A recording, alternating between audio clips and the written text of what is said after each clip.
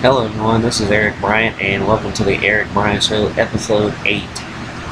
Haven't came to you in a while since Friday actually, because I've been busy with work, personal things, plus my sons came back into town from spending a few weeks with their grandparents in Georgia. So I am back here on YouTube and back with the Erik Bryant Show. Now, I was going to spend this whole show talking about baseball trade deadline, talk about all the trades that went down, my thoughts, who I thought was going to be the team to beat in the last couple months and into the playoffs in the baseball season.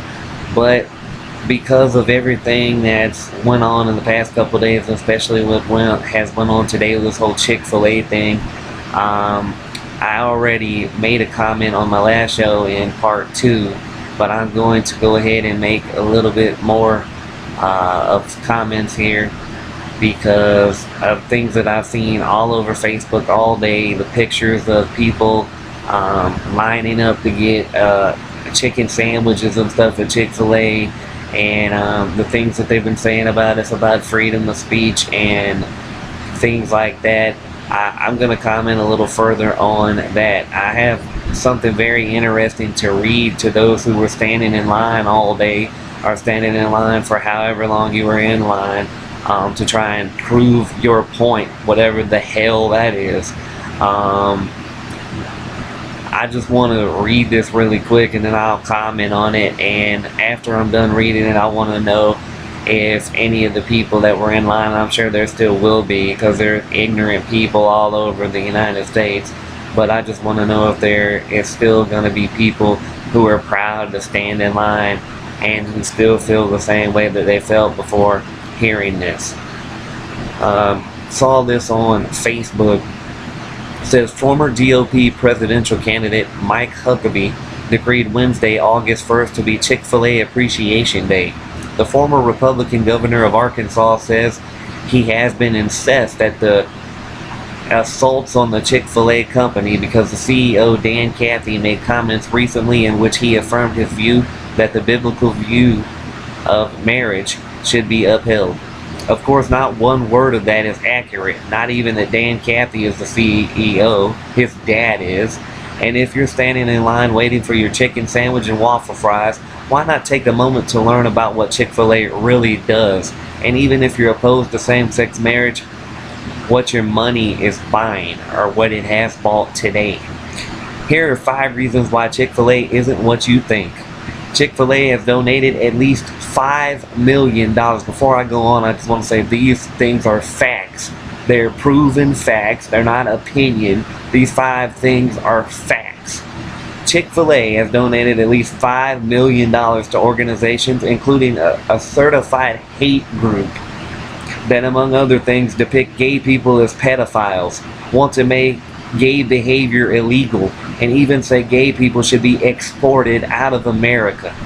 Even if you oppose same-sex marriage, do you really want to support a company that advocates putting gay people in jail or exporting them just because they're gay? Number 2, Chick-fil-A president Dan Cathy didn't merely say he supports traditional marriage. Dan Cathy said, if you support gay marriage, you are inviting God's judgment on our nation, and that we shake our fist at him when we do.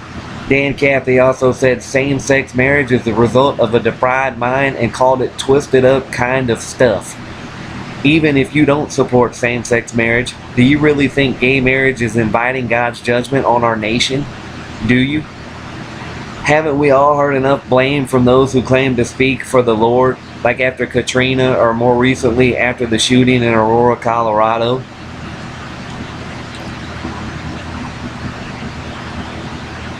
Number 3. Let's just, I don't know. I was going to say let's stop here for a second and recap so far, but I think it pretty much is speaking for itself so far. In my opinion, it is anyway. But of course, different people have different opinions. Obviously, all the people that were standing in line today for what they felt was a good cause, freedom of speech, chicken, whatever they thought it was for. Number 3, Chick-Fil-A supports organizations that have claimed they can change gay people into straight people. Pray away the gay. Stupidest thing I've ever heard. Despite the fact that practically every major medical organization has stated that this is not only impossible but dangerous and harmful. Even if you don't support same-sex marriage, do you support fake science that is known to harm the very people it claims to help? Number 4, the media keeps saying Chick-fil-A never discriminated, but the truth is that Chick-fil-A has been sued over a dozen times for employment discrimination.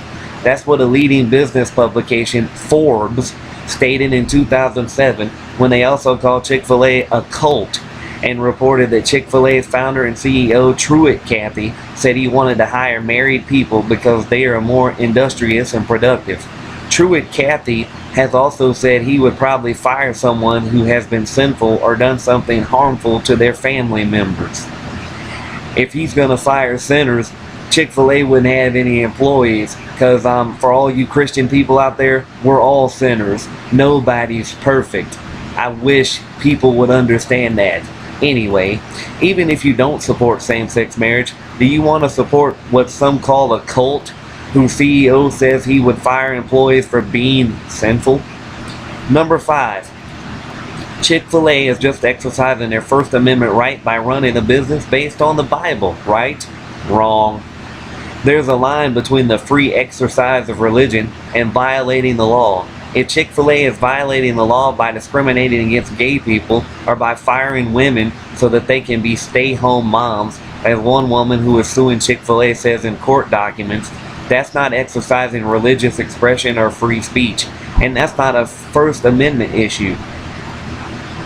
It may be if the court decides a violation of the law. Even if you don't support same-sex marriage, do you want to support a company that might fire women to force them to be stay-home moms against their will? There are plenty of good restaurants that are happy to work hard for your hard-earned dollar. Why support a company that is working so hard to deny people their rights? And I want to just leave that question with all of you supporters, all you Christians who were there Bible thumping it out at Chick-fil-A today. Why support a company that is working so hard to deny people their rights? And also, just want to ask a question. What do married people have against gay marriages, same-sex marriage? Why can't gay people or lesbian people get married? Why are people in this society, people in this country, so scared of same-sex marriages happening? I think I have a theory. I think some people are scared that it's scared of it happening, because if it does happen, then same-sex marriage will have a lower rate of divorce than traditional marriage between a man and a woman. I mean, look at the figures of the man and the woman, the traditional marriage, the rate of divorce. It's pretty high, people, if you haven't looked at it the last time out. So, you know, for those saying, oh, well, it shouldn't happen, it's just wrong. God didn't intend it to be that way. It should be man and a woman. It's Adam and Eve, not Adam and Steve, and all the dumb things I've been reading and hearing the past few days, especially today, the outpouring of it. I just want to ask Christian people all over, and by the way, for the record, I love God.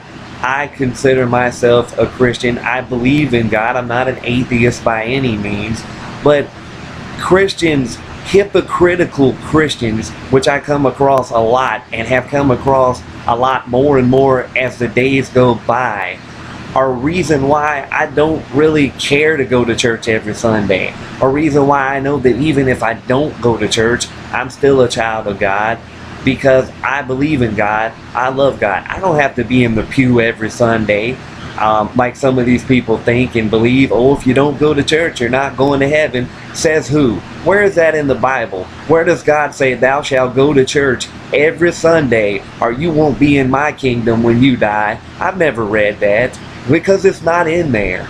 Also, for all these Christians, I want to ask them another question. Like I asked a Christian person at work today.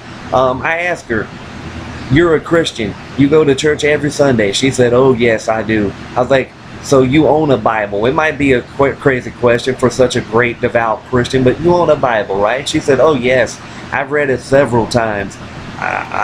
And I said, "Okay, so you're pretty familiar with all the passages, pretty familiar with all the scriptures, all the verses, and everything from beginning to end." She said, "Oh yes, I like to think that I could pretty much quote anything out of the Bible if asked to." I said, "Oh great, I've been looking for someone like you because I want to ask you a question. And all those Christians that I hope are watching this, I'll ask you the same question. Please answer it for me because I've always wondered this." I asked her, I said, "Okay, well, could you tell me the exact page, the exact verse or scripture or whatever where God says that he hates homosexuals or lesbians? Where God says that it's a sin to be a homosexual or a lesbian?" And also, while you're finding that, on the next page, is that the page where God says that people should interracially date or interracially marry? Because when I look at Dan Cathy saying a traditional marriage, I don't look at it man and woman. Being an older person from the old generation, I'm pretty sure he's talking about traditional, like white man, white woman, black man, black woman. Well, let me tell you this, if that's the case, then I'm not in a traditional marriage. So I'm no better than a gay person or a lesbian person to old Dan Cathy and all these Christian people standing in line for a chicken sandwich, huh? Because I'm married to a black woman. Because I have interracial children. I have 3 interracial children. And let me tell you something. I love those kids more than any white person, or excuse me, just as much as any white person loves their white children, any black person loves their black children, Chinese person loves their Chinese children. It doesn't vary. The color doesn't matter. When is everybody going to stop worrying about what other people are doing, what color other people are, who other people like, what preference they have? If they like a man, and they're a man. If they like a woman, then they like a woman. Get off it. Who cares? Quit Bible thumping. Worry about yourself. Worry about your own family. Stop worrying about other people. Why is it so important to stop people from being who they are? Why is it so important for people to want to stop people from getting married to someone they love? If someone tried to stop me from getting married to someone that I love, if someone tried to stop me from getting married to my wife, I wouldn't have it. I would not let it go down. And I think gay people, lesbians, and should continue to fight for what they believe in. If these people are talking freedom of speech, I'm standing in line and everything because it's freedom of speech. It's the First Amendment. Well, where's the gay and lesbians' freedom? Where's their freedom to do what they want, to do how they feel, to marry the people they love? Where is that? And I just want to read something real quick before I conclude part 1. Something else here that I find very interesting that was brought up by a comedian that I used to love, that I wish was here today for things like today, George Carlin. I want to talk about a little bit of people talk about freedom of speech. In America, you have freedom. It's the land of the free, home of the brave. Well, what about a little something back in 1942 called the Japanese American internment, where the United States government of about 110,000 Japanese Americans and Japanese who lived along the Pacific coast were sent to camps called war relocation camps. But did you know that 60 of those interns, 62% were American citizens, but they were Japanese Americans? So since they were Japanese Americans, they were put into relocation camps because they were Japanese Americans and not just Americans. But they were American citizens, so what's the difference? Just like gay people and lesbian people are American citizens, they just happen to not like the opposite sex.